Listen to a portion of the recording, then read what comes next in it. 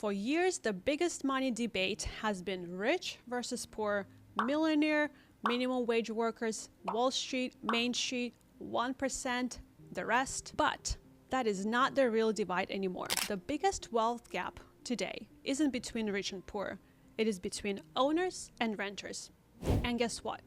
It doesn't matter how much you make if you don't own assets. The person making $150 a year, but they have a paid off house, better off than $150 who rents. And if you think that you'll just be able to buy in later, think again. The way things are going, renting isn't just a phase. It is a permanent financial class. So today, we're going to be talking about the real economic battle between those who own and those who never will. If you don't make your move soon, you're about to get locked out forever. Let's talk about the rich. The rich don't stay rich by having high salaries.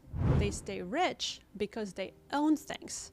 They make the money while they sleep. 80% of millionaires, they own real estate because while you pay the rent, they're getting richer every month. About half of all wealth in America is tied to real estate. Half. That's why when you have housing bubbles, they hit harder than stock market crashes. Homeowners have 40x the net worth of renters, not 40 times. And this is where their wealth gap gets real, because if you don't own an asset, whether it's house, stocks, or a business, you're not in the game, you are the game. Because let's be real, if you rent, who are you paying? An owner. And with every payment that you make, and you make them on time, no doubt, you're making them richer while locking yourself out.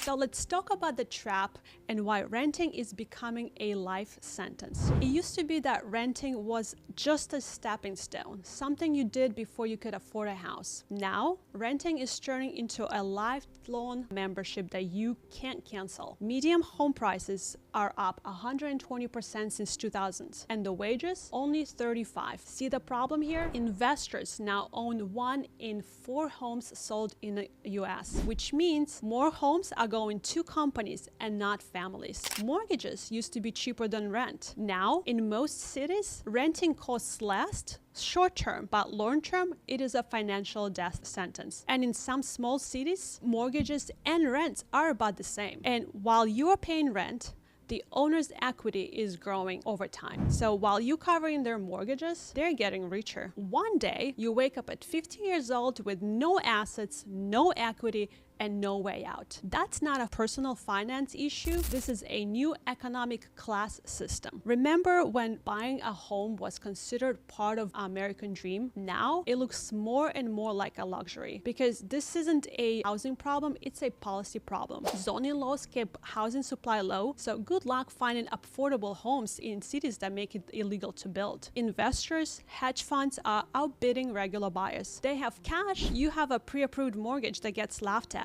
Banks make it harder and harder to qualify for mortgages. If you have student loans, too bad. You're self-employed, even worse. And the longer you wait, the worse it gets. Because the more homes investors and big landlords own, well, fewer homes regular people can buy. And eventually, owning a home will become a privilege that is reserved for the wealthy and well-connected. So, what can you actually do about it? If you're still paying rent, and you want to escape the financial trap, you have to play offense. Here's how. If you can buy now. Don't wait for the perfect market. The market isn't built for you. It's built for the banks. If you can buy a home, buy something that appreciates. Stocks, rental properties, even a side business. Key here is ownership. And then house hack your way in. Can't afford a home? Buy a duplex, triplex, rent a room, rent another unit.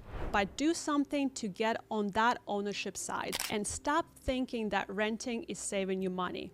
It's only saving you short-term expenses while guaranteeing you will never build long-term wealth. Because the hard truth, if you don't start owning assets, you're not just renting a home, you're renting out your entire financial future. Middle class used to be built on ownership, and now it's becoming a luxury. And soon, you won't be just rich or poor, you'll be an owner or a renter. And trust me, one of these paths leads to financial freedom and the other, lifetime of making someone else rich. So stop and ask yourself, which side of the game are you playing? Drop your thoughts below. Are we becoming a nation of renters, or is there still hope for home ownership? Let's talk.